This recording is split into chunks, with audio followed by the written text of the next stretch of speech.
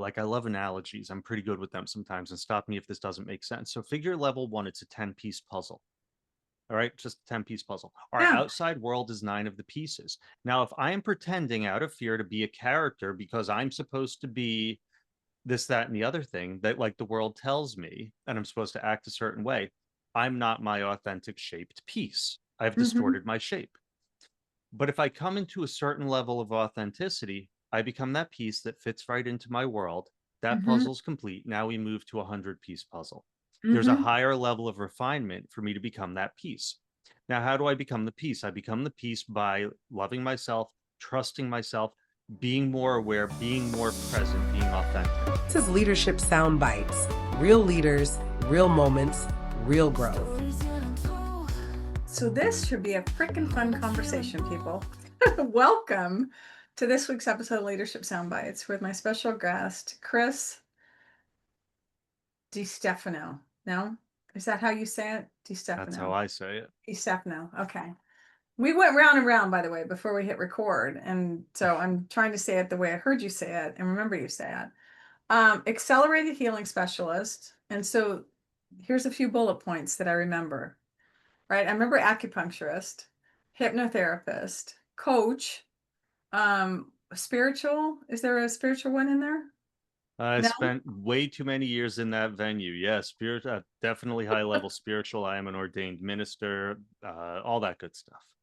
I only got a minister thing once to marry my best friend and her husband. So it was deputized. So it's not the ordained minister thing, but I was qualified to do that at that one point. I was certified or deputized or whatever you call it. Yeah. It's not exactly a hard thing to get. The beautiful No. thing is, in coaching, I do have the ability to switch over to that, which means that anything that someone says cannot even be pulled out under subpoena.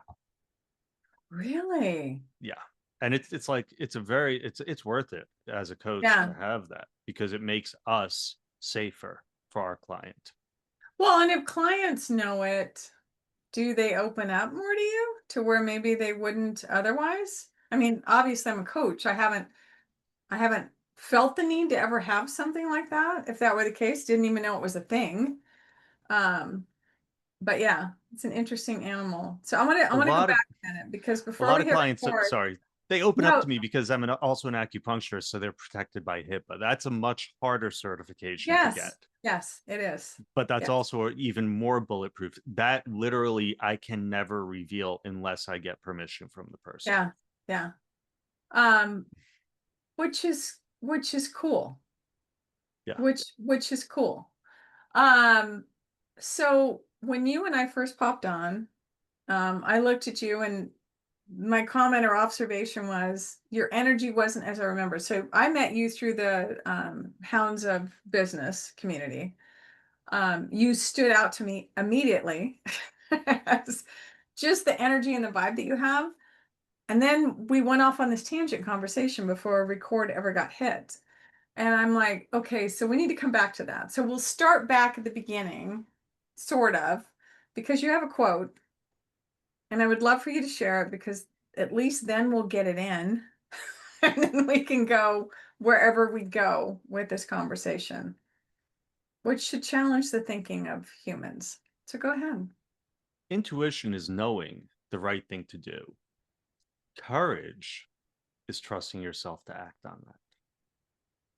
So my comment to you when you said this originally when we were talking was when I think about that quote, because I think about it and what it means for me, is intuition, the courage part of it comes into play when I think about that because intuition is this knowing. But for me, when I think about the courage aspect of it, it's having evidence that the knowing is in fact real, right? So it's like, how do we know? I have this feeling, I have this gut, I have these words that come to me, this path, whatever it may be. How do I know? And you go, there is evidence or something along those lines. So what does that mean for you and what's your thought around it? And then I'll let you just go. Okay, so we started off in our discussion talking about Jill Bolte Taylor, and I'll keep circling back to that because we have a left side of the brain and a right side of the brain. And so the left side of the brain is the part that speaks to us. That's the logical, the analytical, the discernment, the separation. That's all left side brain. Mhm. Biblical description of the devil fits it pretty well because it separates us from that universal. When she had her massive stroke that blew out the left side, she was in a state of bliss and oceanic connectedness. However, that right side of the brain that's connected to the higher intelligence, that is our divine side, if you want to call it that, doesn't speak. Like, this is the game. It really is. It's an amazing game. It's like you have access to everything, but you can't communicate with it directly. So it is that level of being open and trusting. But if we calm down and are present enough, if we're aware enough, and if we pay attention to the subtle, there is confirmation to the intuition.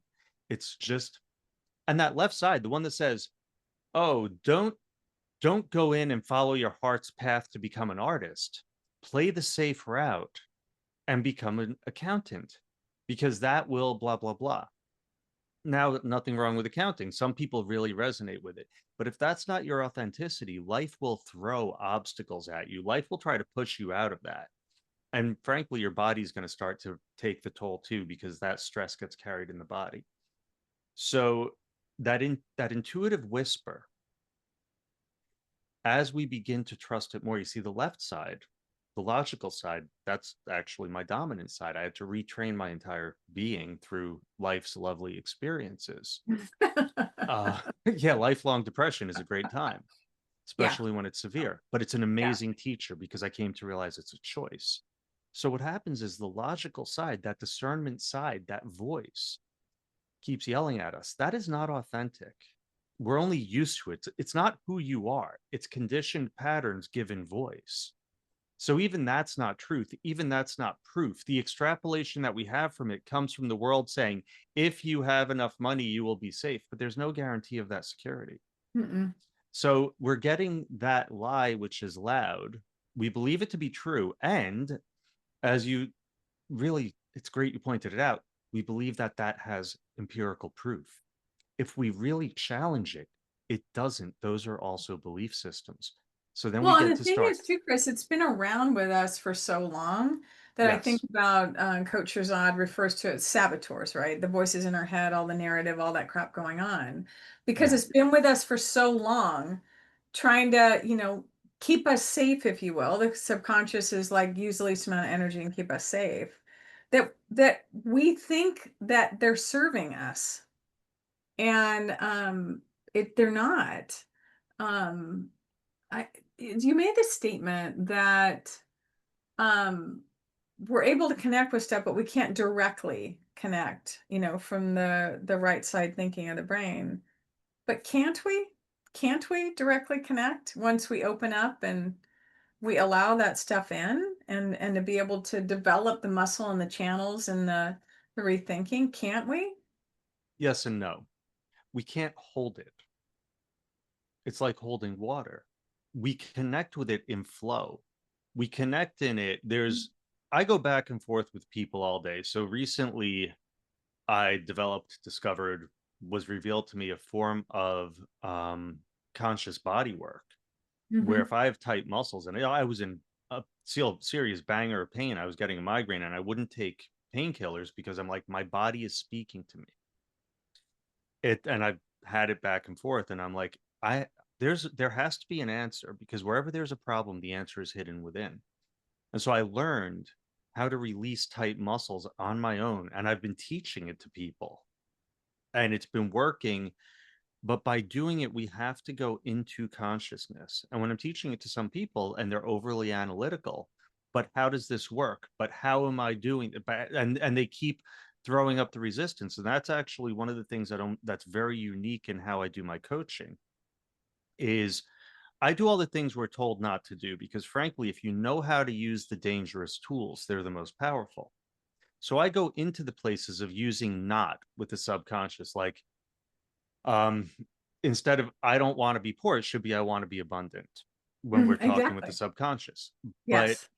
a lot of times, people that are overly analytical, we have to be able to feed that logical side. We have to be able to see through the logical fallacies that trap us in our conditioned thinking that we've associated with being real and being us. What's an example? Um, an example. Oh goodness. Oh yeah, here's a great one. Okay. Have you ever heard of a placebo? Yeah. Great. Do you know what a placebo is? Yeah, it's actually does nothing, but your brain believes No, it no, does. that's not true. Okay. It contains nothing. Okay, you're absolutely right, and that's an important distinction. So thank you. Yes, you're right. So, It's not the placebo that does it, it's your brain and what you believe to be true. sort of. It's an inert substance that we take believing to be an active healing agent Exactly. because we're under the belief, but this is really important. Like I said, I'm good at logic. This is really important, all these subtle distinctions, because we're under the impression that our body cannot heal without external action taken to enable us to heal. Mm-hmm. That's a false belief. So, what this does, it doesn't make us heal, it removes the disbelief that we can heal So because here's we the have the interesting external thing, because I've agent. done so many studies around this placebo thing, right? Is that even when people know they're taking a placebo, it's still been effective. Yes, but not as effective. But it's still been effective. I know I'm taking a placebo. Basically, this is a sugar pill or this is a whatever. And yet there's still healing that happens. Yes, because they're taking action. Up until then, they didn't have an action step. So, again, circling fully back, the body has complete capacity to heal. Mm-hmm. And these are called miracles sometimes because we've been so constrained to what we're capable of. That's a belief system. The Mm-hmm. body is run by the subconscious is run by belief systems. We do not have direct capacity to influence that. What we have is intent, and then the intent plays through the ripples and reconditions the subconscious. Now, for people that are analytical, depending on how far into this you go, the conditioned logical thinking frequently benefits from having the myth, the false belief, seen through, directly confronted. So, with the ability to heal, when I'm working with someone, Mm-hmm. I do challenge that whether or not they can heal, because when I'm working with them, a lot of times it'll be light touch. I don't necessarily have to use needles. I can just, and now with the new method I'm using, there's no touch involved at all, and we're able to release deep patterns held perhaps through life, because physical pain, especially those chronic patterns, is, as you know, 100% association with belief systems. Mm-hmm. So we're literally releasing deep belief systems, psycho-emotional systems that are held in the body via the body, and then that frees the mind and the consciousness. Well, would you consider that energy healing, or are you referring it to as something else? Let's go with every level because we're working on the most physical, but we're also working on the level of consciousness. And it is facilitating the opening for the free flow of energy in the body. And yes, since Right. I've been doing it, I'm sleeping like 3 hours less and I have twice the energy. When you Yeah. saw me, this is the best part. When you saw me when I was very energetic, that was me having an abundance of energy. But when you saw me this morning, Yeah. that's very similar to a snake or a reptile that's 100% potential in a still space, but at any moment ready to bounce. Yes. There's a level, and I'm going to say this word, and I'm sure you're going to challenge the thing, but there's a level of control in that still state. So it wasn't like you were just chill, like a couch potato chill. But there was a level of control in that. I So I would don't, say high level presence okay. Yeah. Okay. because not even control. And yes, sorry, I am See, I told you. No, I knew it. I knew it. And that's great. because I I don't, didn't have specific intent. I only had potential. So whatever direction we go, you were ready to my go. full energy is ready to move in that direction. Yeah. Yeah. Um, so what when you go back to the name that you first mentioned, and I don't remember her name, but I remember the TED Talk where she had the stroke and all that stuff. What about that to bring in? And if you can let people know that haven't seen the TED Talk and her name again, that'd be cool. Because when you said her name at first, I didn't know the name, but then you said the scenario, and I'm like, yes, I heard the TED Talk. Haven't read a book if there was a book, but I saw the TED Talk. And she did incredible stuff coming back and learned so much stuff. To your point, it's like when you shut down a sense, other senses become heightened, right? It's like yeah, and so for me, it felt like it was along the same line, even though we shut this off, and so this was the thing that was firing 100%. Her name is Jill Bolte Taylor. Thank you. And her book is like my stroke of insight because Okay. she had this, and she's a neuro PhD. She had a massive stroke that knocked out the left side of her brain. Now, the left side of our brain is the loud side. That's the voice that we hear.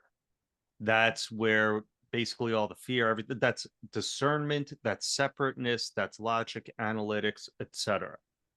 The right side is the silent whisper that's connected to the universal oceanic. That's also the creative and visual, and the side that kind of whispers. That's a harder one to hear because the left sort of is louder.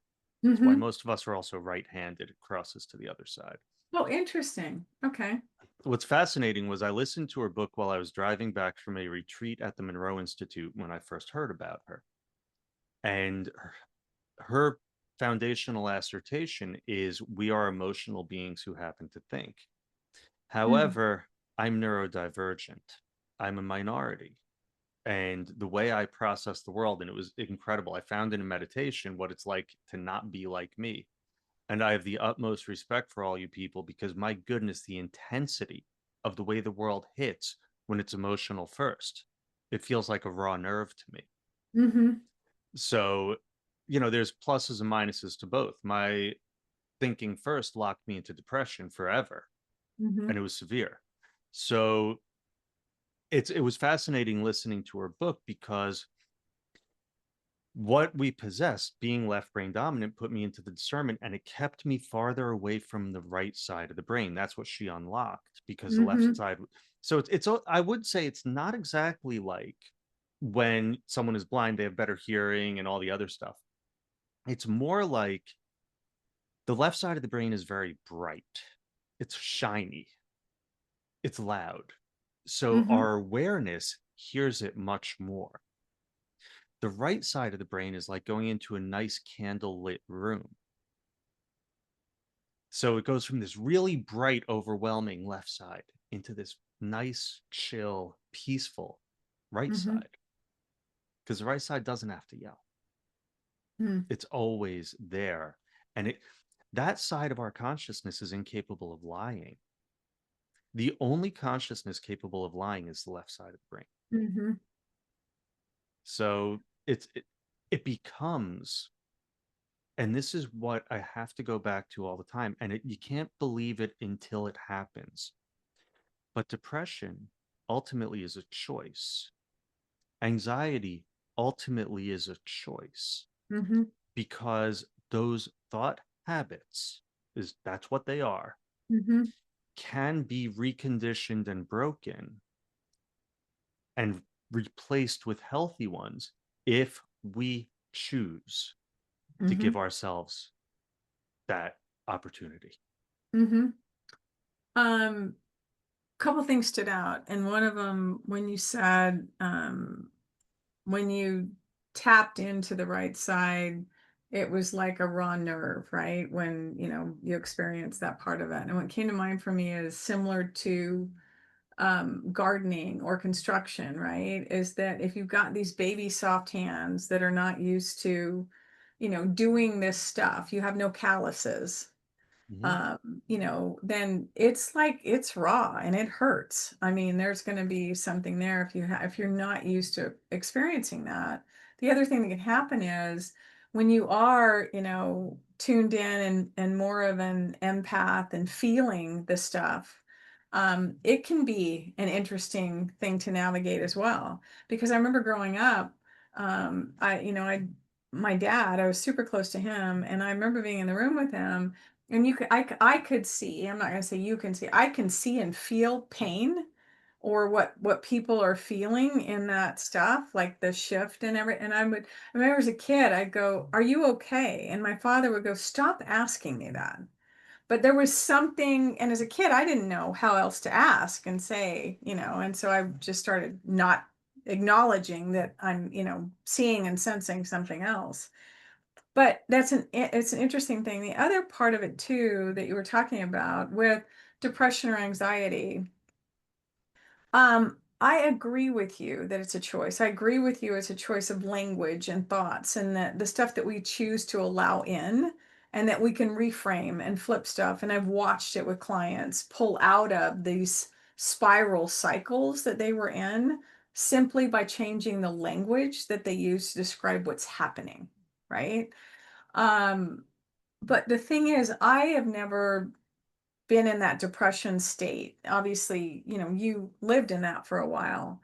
So what would you say to somebody who's in this space of depression and living that way, and you're saying it's a choice, and they're like, "Do you honestly believe I would choose to do this, or how do I get out of this choice cycle, if you will?"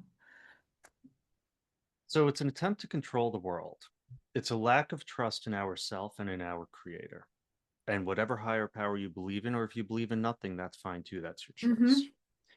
I can tell you the experience, and it really is the fact that I have been there basically my whole life, Mm-hmm. gives me a degree of connection with it. And Mm-hmm. I wouldn't wish it upon anyone else, but obviously there's plenty of people going through it. And what happens is, and I'm careful, I'm not going to beat someone over the head with it being a choice, but we can No. begin to evaluate belief systems, because what happened with me is something was painful. So how do I prevent the pain? If a person hurts me because I'm close to them, how do I prevent the pain? Well, logically, I'm just going to not get close to people. I'm going to become a rock. I'm going to become an island.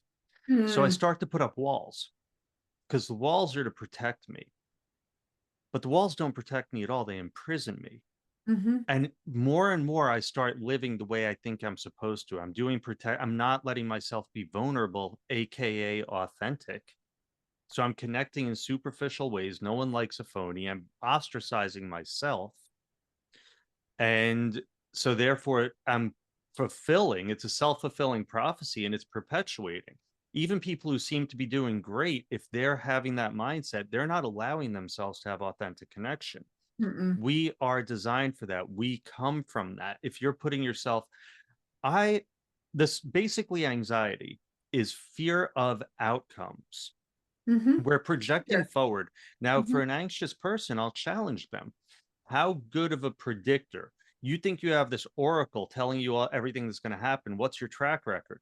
The track record is an absolute disaster when we look at it. Mm-hmm. But the logical mind, like in a dream, when we have a green elephant on roller skates chasing us, we think it's real because our mind will make it Mm-hmm. seem real.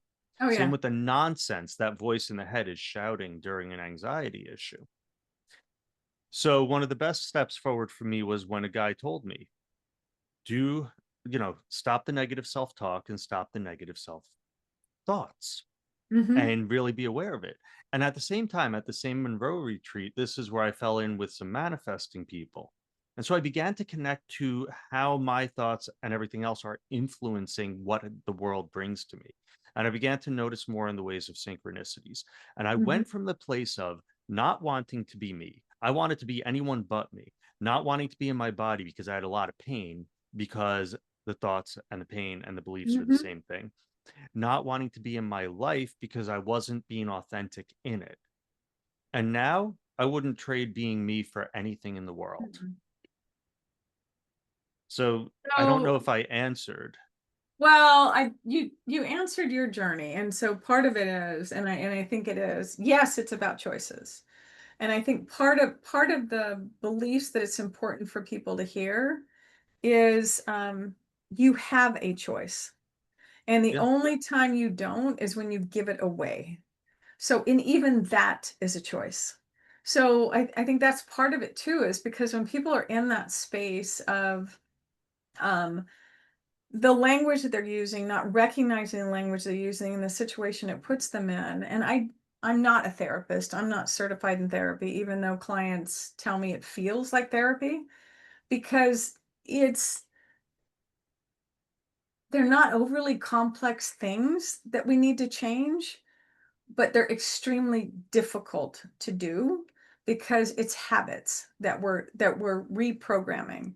It's awareness of when this stuff comes up. And I think at the most basic level, what I encourage people to do is connect the language and the words and the descriptions you're using to describe what's happening to you or what you're thinking to how you're feeling. So if that stuff, because a lot of times they don't recognize the language, so if that stuff moves you forward, right, and motivates you to do something, odds are it's good language, right? Good words.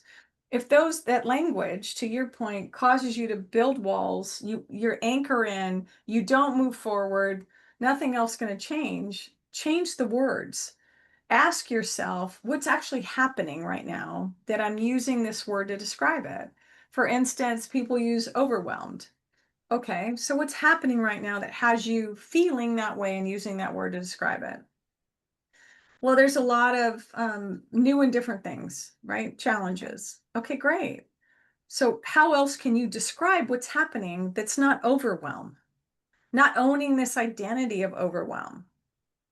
And this one particular client, she goes, well, there's a lot of new and different things happening. And she smiled in that moment. And this was someone who was chained with, I'm overwhelmed, chained with it. And so she laughed, and I said, there you go. She did that for 2 weeks, created an awareness of how often she used that word, and completely changed how she experienced life. Just that simple stuff. So I think part of it too that you went through is if the stuff's not serving you, if it's not moving you forward, change it. And that's part of the choices that you have. And what would you add? Because there's stuff there. You Well, lived it. first off, I don't know if you've noticed yet, I'm very precise with words. Yes, you are. I wouldn't choose the word difficult. You wouldn't choose the word what? Difficult. New I and would use different. the I word said different. challenging. New and different. I agree with you. I Different. wouldn't use Okay. difficult. Different. Yeah, I wouldn't Yeah, use because difficult either. I totally agree with you. I'm sorry, I misheard. I Yeah, love different. Yeah, challenging yeah. because once we can reframe this as a game, once we can reframe it, like once we can step out of being a victim, Mm-hmm. like I cannot emphasize enough, take ownership of 100%. The closer we come, am I taking ownership for this or am I playing victim? The closer we come to understanding our creative capacity consciously, the more we are consciously creating and not unconsciously. Now, there's people out there who are going to say this whole reality creation stuff is nonsense, and I'm cool with that. Draw a logical square. And on one side, you're going to have we create reality. We're going to have belief systems, positive or negative. And then we're going to have Okay. whether or not we're creating reality, yes or no. Okay. So if we go around in negative belief systems, I'm not creating reality. We're going to go with negative belief systems and not creating reality. Well, guess what? Okay. I'm miserable because Yeah. reality is happening and I hate it because, as you said, it's not really what happens. It's how we process it. It's how we perceive it. It's how we act on it. So I'm going through negatively. People around me are going to see me being a dark cloud. No one's really going to want to hang with me, and I'm miserable. And then the bad stuff happens. Now, let's go to the other one. I decide to be positive. I decide to really go with hope because this is depression. You want a depressive person or an anxious person? Stuff never turns out. And when something turns out good, then the other shoe's going to drop and it's going to turn to garbage. So I'm not going to let myself get carried away. Well, let's let ourselves get a little carried away. Let's let ourselves savor it. Well, guess what? The bad thing happens, but guess what? Wow, I had a great time from point A to point B. Now, let's go to the other equation. We do create reality. I walk around with a dark cloud. Guess what? If I'm responsible for creating reality, I'm bringing all the bad stuff too. Mm-hmm. Or I go around happy. I go around focusing on the positive. I go around with hope, with intent, with dreams. I empower myself and I create reality. We got a grand slam right there. Mm-hmm. We just created, and now we start giving ourselves permission more and more to love ourselves and to love our world, because it keeps getting reflected back and forth. I was on the phone with someone yesterday. We're doing a call, and he's like, understand how your clients think. And, you want to get in their heads and really understand to relate better, blah, blah, blah. And as that's happening, outside in the street, someone's playing their stereo in their car too loud. And the song that's playing is by the Cranberries, the song Zombie. And the lyrics are saying, what's in your head, what's in your head, literally as he's saying it, because my reality at this point plays back with me. And it's the most fun game there is. And each of those synchronicities deepens my joy in playing this game that I used to detest and wanted nothing more than to end it. And that can happen to anyone. It's so interesting because you see those connections because you're open to those connections. Sean Aker, one of my favorite TEDx's, it's a 12-minute, I think, with him. And he talks about happiness advantage from like 2011, I think. But it's around that thing and the bullet points from it, because I've watched it so frickin' many times because I use it in leadership development workshops to plant seeds and shift thinking. Is if I know everything about your external environment, to your point, I can only predict 10% of your future happiness. It's an inside job. Yeah. And I think the cool part about that is, and I have to point it out to people, is you're not miserable and everything because of what's happening in the outside world. It's because of the stuff that you've got going inside. So you can change it. We can take it back, to your point. And depending how deep into that pit that you've gone, it's going to take a little bit longer. But it's those shifts. I mean, I'm not kidding, Chris, when I say I've had I had one client, and it wasn't depression. He was caught up in this, I don't have time for anything cycle, right? Like the little white rabbit in Alice in Wonderland. I'm late, Yeah. I'm late, I'm late. I don't have time. Great guy, great leader. I could feel all that stuff. And he's like, well, someone come to talk. I don't have time for that. I don't have time for that. I don't know how many times he said that. And so simple little changes. And I looked at him and I said, there's plenty of time to get everything done that needs to be done. There's plenty of time to get everything done that needs to be done. So he said it a few times, and I watched him calm a little bit. And, what are you walking away with? He goes, so he had that. 2 weeks later, I'm like, what's different? He goes, there's plenty of time to get everything done that needs to be done. Now, he didn't become a lazy slug, but he showed up, the interactions that he started having with people, how he experienced life. His blood pressure went down because the narrative, the stuff that he was telling himself, instead of there's no time, it changed, and his reality changed.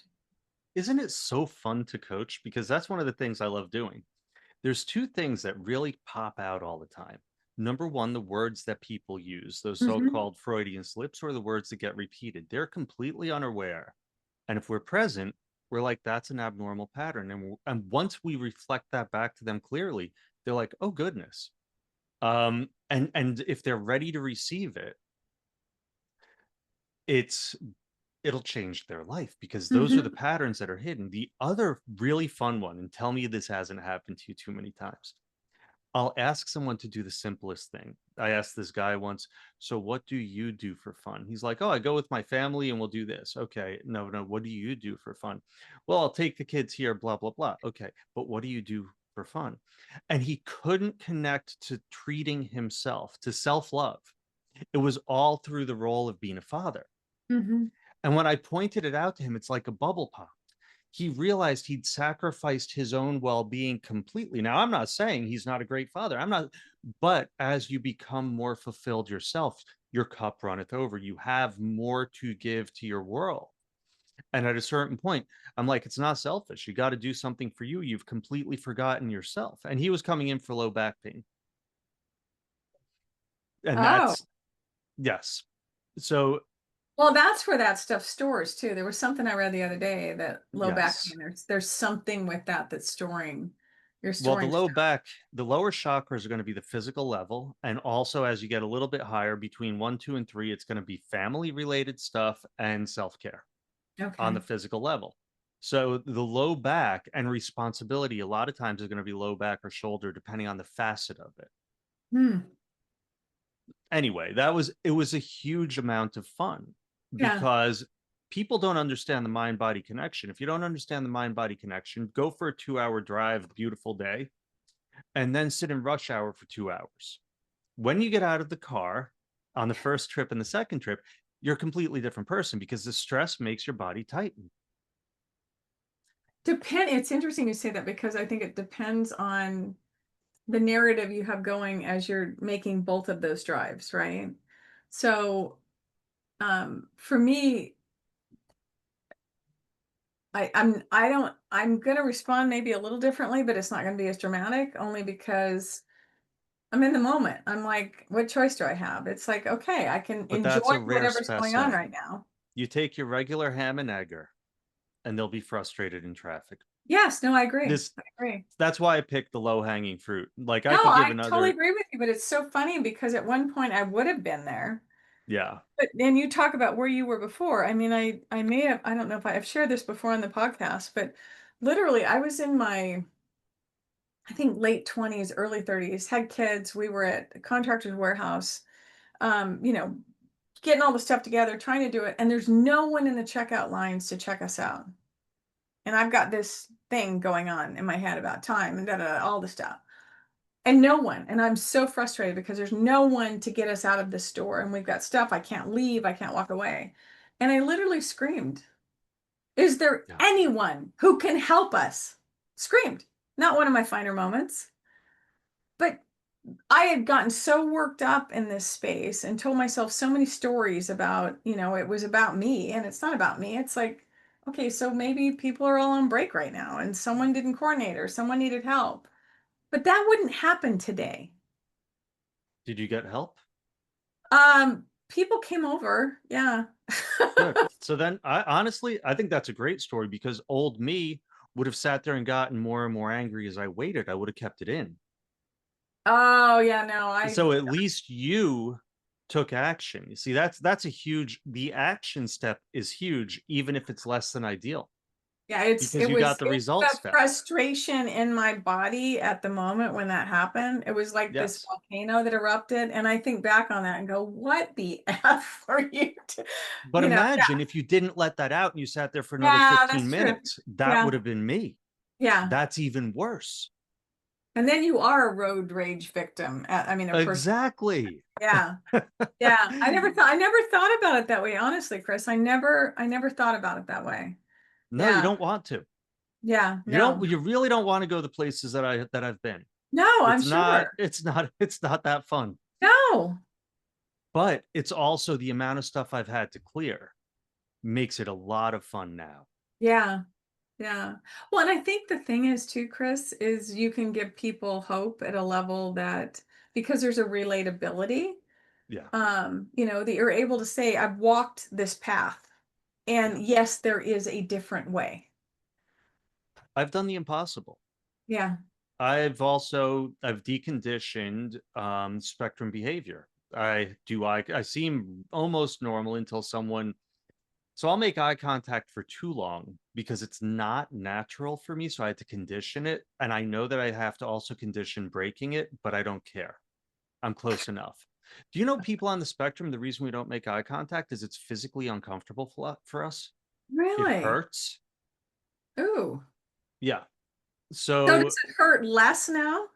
it doesn't hurt at all now Okay. So you've conditioned it to where because it we don't doesn't. want to be seen. Oh. Okay.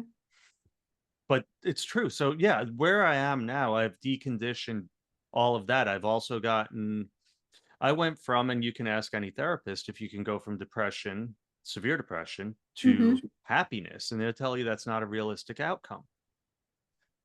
Au Really? contraire, mon frere, depends on the therapist. But yeah, And you they won't give really people hope to where they're not it's allowed to promise that. They're not allowed to even really put that carrot out there. And what therapy tends to do, unfortunately, and not all therapists, but as a whole, is it tends to reinforce the victim story. It makes it so you're managing, not yeah. that you're thriving.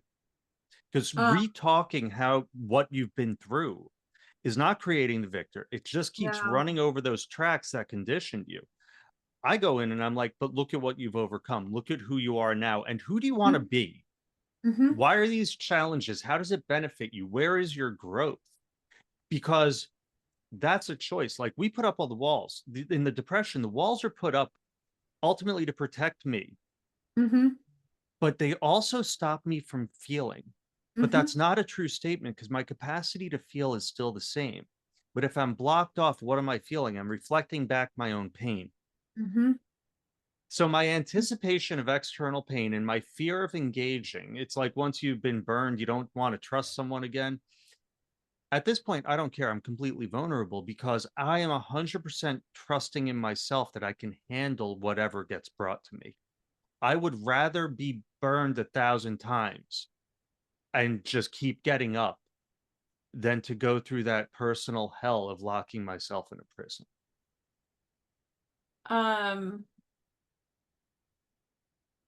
Powerful quote, and that you just said, and I totally agree and have not been in that place that you were at, but can imagine the prisons that we put ourselves in to avoid perceived pain.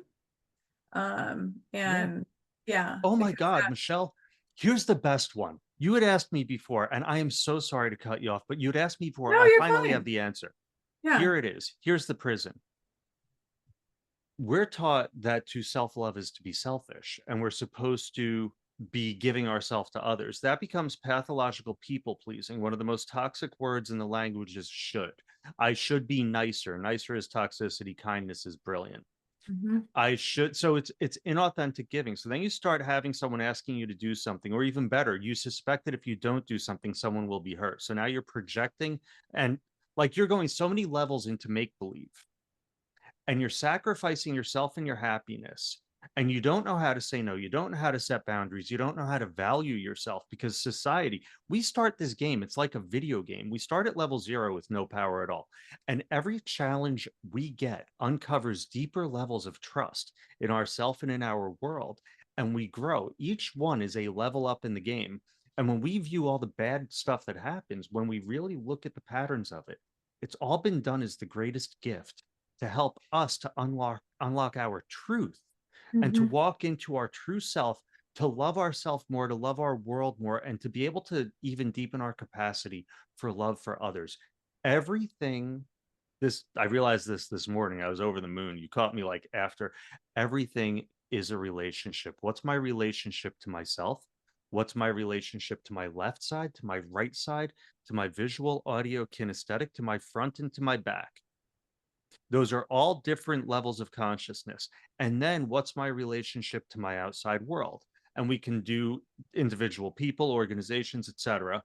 And then, going back to my story about zombies playing as the guy is talking to me, ultimately the inside and the outside reflect each other. Mm-hmm. So there's like, I haven't mapped it out yet, but there's a lot of relationships there, and each one of them has to be healthy. Well, and the word in my head is, it's even having awareness that all those things are part of the equation, part of the, just part of our world, actually. Not necessarily an equation, but part of our world, aspects of our world. Yeah. Uh, and if we've shut stuff off, we're not even cognizant that that's the case, which is where we judge. We don't allow things in, things that we don't understand, where, oh, it's not safe. And it's like, what? Stop, Yeah. stop, get curious. Who is this person? What are they about? Why do they seem a little bit different than me? What can I learn from them? Yes. And my relationship with my mind, my body, my spirit. Like, this is something that I finally, because for the longest time I was like, what's awareness? And so I was coming up with awareness in NLP. We have visual, audio, kinesthetic. We also use it in coaching a lot. But I'm like, that's not everything. I even throw in olfactory, because where else is olfactory in there? That's a really cool one, because that's a overall scenario sense. It can't be pinpointed. And yeah, I'm still experimenting with this, but So now is there overall awareness sense? Now I went to emotional intelligence at some level, but that's so emotional intelligence would be internal, right? kinesthetic, possibly audio. Because there's got to be a sense, but in order to have any of that stuff, we have to be looking outside, instead of focus on us, because the thing that shuts all that down is that fear-based safety. What are they going to think of me? Am I going to be accepted? Am I going to say the right thing? I mean, all the stuff about me. And it's the worst place to be when you need to be able to understand what's going on in the outside world. We can't, just to be focused on us from this fear Yes base. and no. If I don't love myself, I can't build the externals in a healthy way because I'm building them out of fear. I'm building them in a codependent, toxic way.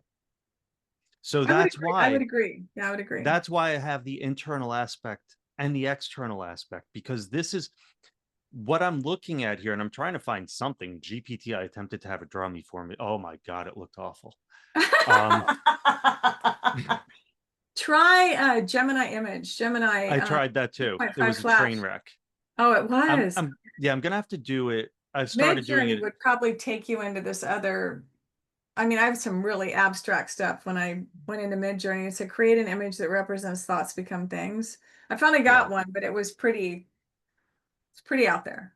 So so basically what we're talking about here, here's what's fascinating is we have our primary three, VAK, visual, audio, kinesthetic. Now, when we elevate to what we call 5D consciousness, you see, it takes 2 points of reference to get a three-dimensional image, right? 2 eyes to see 3D. Yeah. So when we're running on the primary three consciousnesses, that's a 3D world. As we advance, I believe olfactory may be the closest reference I have to what the next level is. Like 5D or 5D. Yeah.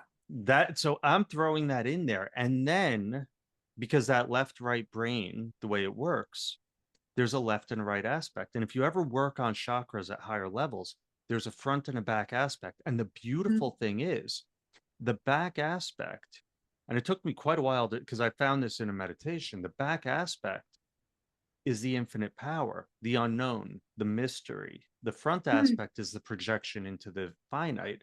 This would be power versus force. True power is coming through the back aspect and projected through the front. If we just shoot through the front, we're using force, we're forcing it, and we're using a finite resource. But if we're allowing, and that's what flow would be. I was going to say, it's got to be flow to where we're channeling and it's not coming from us and draining us, but we're just. And that's like holding water. You can't hold it. So when the logical mind, circling back, when the logical mind attempts to fully understand it, you see, we cannot, Tao Te Ching, the Tao which can be named is not the eternal Tao. The Bible, one cannot say the name of God. We cannot collapse that infinite wave function into a particle and have it be the same. So flow cannot be held. Flow is... yeah, even the word itself. Yes. I mean, yeah, even the word itself. Yeah. I don't know how I got here, but oh no, sorry. I love the thinking and the challenging and here's the thing, Chris. I love that this stuff's all connected. Yeah. And for some people might be going, whoa, wait, but the more you explore and you're open to exploring, the more you realize this kind of pieces things together that didn't make sense before. Or, just another dimension. For me, it freaking gives me hope. And it's exciting. Oh my God. It's like, yeah, it's just exciting. Here's the coolest thing. It hit me. Like, I love analogies. I'm pretty good with them sometimes, and stop me if this doesn't make sense. So figure level 1, it's a 10-piece puzzle. All right, just a 10-piece puzzle. Our outside world is 9 of the pieces. Now, if I am pretending out of fear to be a character because I'm supposed to be this, that, and the other thing that like the world tells me, and I'm supposed to act a certain way, I'm not my authentic shaped piece. I've distorted my shape. But if I come into a certain level of authenticity, I become that piece that fits right into my world. That puzzle's complete. Now we move to a 100-piece puzzle. There's a higher level of refinement for me to become that piece. Now, how do I become the piece? I become the piece by loving myself, trusting myself, being more aware, being more present, being authentic. Boom. get that piece, fit it in. And like every path that I tried where I was relying on an external source, like the spiritual path, was horrible for me because I got very much into non-duality, and these people are saying the body's not real, the story's not real. And so I'm pushing away parts of what I am, chasing this woo-woo nonsense. I'll tell you what, true shadow work is not some highfalutin nonsense. True shadow work is with your feet on the ground and you're in your body and you have the courage to say no, or you have the courage to say yes and engage in life where you normally would have shied away and played it safe. I'm going to tell you what, fortune favors the bold. That is what I love. I've been saying that because once I started engaging in life, once I started putting myself out and taking those risks, life gave me back the greatest feedback in the world. Life was so awesome to me when I trusted myself enough to be giving to it. It loves when I play back. And that it's a feedback loop of joy and happiness. And I radiate that and share it with those around me. I love that. There's no regrets. You haven't left anything on the table. Exactly. I'm excited that I'm going to be able to have another conversation with you. And then anytime you want to come back for more to explore, I freaking love it. Thank you. Time has flown. And so I would love if you could just share one thing, two things that you want people to walk away with, just like the exclamation point or the bullet point or the hashtag, whatever stands out for you. All right, here's the deal. I'm speaking to my people, been there, done that.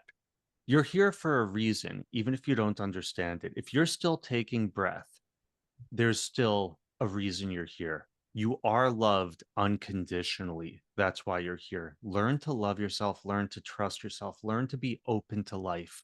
When you push it away out of fear or whatever else, you're killing yourself. Your spirit will find a way to bring you to your authenticity, and it does it. Pay attention to the repeating signs. And yes, you had said earlier, there's proof when we're going the wrong way.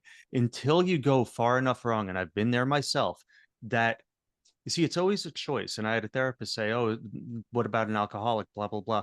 And I was like, it's always a choice on how we think and how we act. And with the alcoholic, it's called hitting bottom, and we're familiar with what that means. Well, we all hit bottom. I hit bottom quite a few times, hard.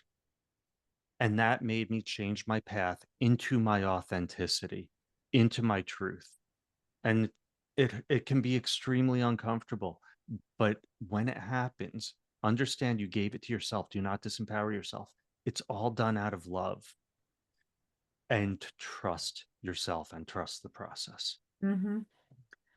The thing that I'll say if people are listening to that is if you resonated with it and you're like, yes, I agree with it, great. When you want to know more. If you resisted what you just heard, explore that too, right? Because there is, to your point, Chris, and what you talked about, our brain lies to us all the time. And if you're resisting what was just said, then unpack that. I encourage you to unpack that. So thank you again for this time. Super cool. Thanks for having me. Oh yeah, anytime. You challenge my thinking, and I freaking love that. So this has been Leadership Soundbites with Michelle and Chris. And until next time, like, share, subscribe. Have a freaking awesome day.